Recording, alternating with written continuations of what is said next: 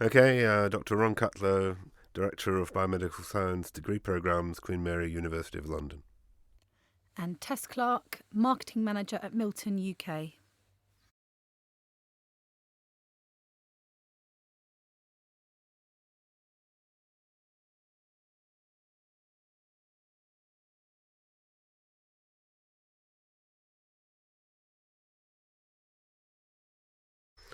Basically, what we found is that something like 10% of the dummies that had been dropped on a surface picked up gross numbers of bacteria, and 10% of the dummies that had been used by babies also picked up gross levels of bacteria.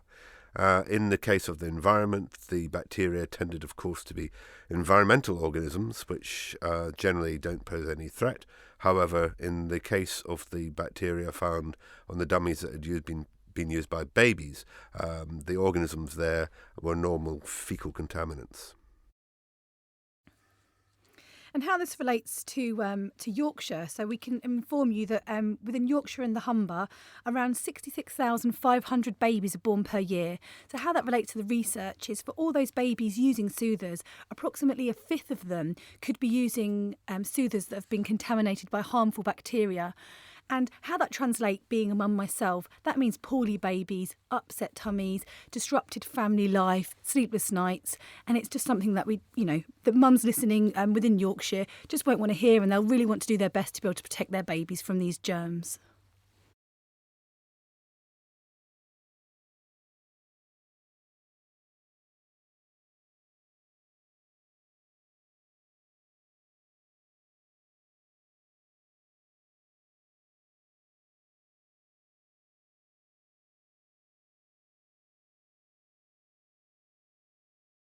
As far as the dummies that had been used by babies, basically we found this organism called Enterococcus faecalis. It's normally present in the human gut. One of the nasty things it tends to do is carry multiple drug resistance, so it's often an antibiotic-resistant bacteria, and it can cause urinary tract infections and gut infections.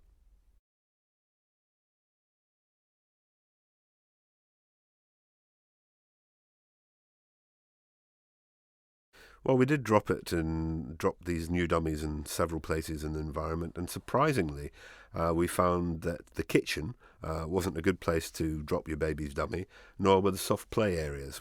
Probably less surprising. But we would have thought, from our previous experience with kitchens, most kitchen floors are pretty clean, but in this case, something like 10% of the kitchen floors that we dropped the dummies on seem to be pretty heavily contaminated, and these were with organisms which could in some way cause food poisoning.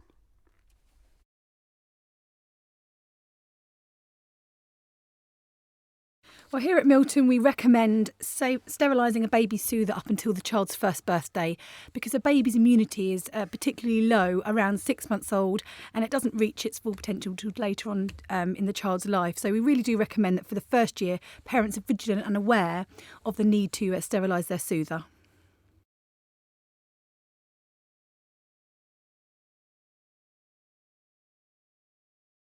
Being a parent myself and having a baby that's used a dummy, I know how much babies spit out their dummies and throw them. So it's really being aware that this is a product that's constantly being sort of expelled from a buggy, and as it's got baby saliva and it's a moist area for bacteria to harbour, when it's dropped, it very, very, very quickly picks up bacteria, and if the parents are putting that then back into the baby's mouth, you're exposing them to the harmful germs that we've spoken about. All you really need to do is make sure that you've got a sterile soother, and we've got a handy portable device here at Milton. You can attach it to your buggy, so you've always got a clean, sterilised soother handy to give parents the peace of mind that you're protecting your baby as much as you all want to do.